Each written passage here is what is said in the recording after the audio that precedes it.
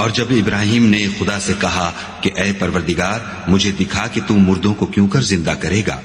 خدا نے فرمایا کیا تم نے اس بات کو باور نہیں کیا؟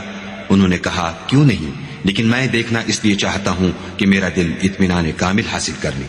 خدا نے فرمایا کہ 4 جانور پکڑ کر اپنے پاس منگا لو اور ٹکڑے ٹکڑے کرا دو، پھر ان کا ایک ایک ٹکڑا ہر ایک پہاڑ پر رکھ دو، پھر ان کو بلاؤ تو وہ تمہارے پاس دوڑتے چلے آئیں گے، اور جان رکھو کہ خدا غالب اور صاحب حکمت ہے۔